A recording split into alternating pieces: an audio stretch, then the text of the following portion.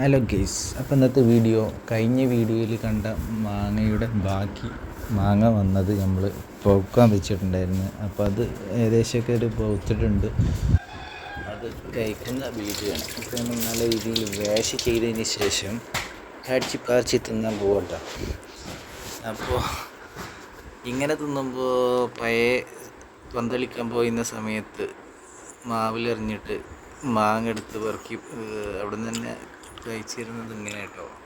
കത്തിയും കാര്യങ്ങളൊന്നും ഉണ്ടാവില്ലല്ലോ. അപ്പോൾ സ്വന്തം അടിച്ച് പറിച്ച് തിന്നിട്ടായിരുന്നു പരിപാടി നടത്തിയിരുന്നത്.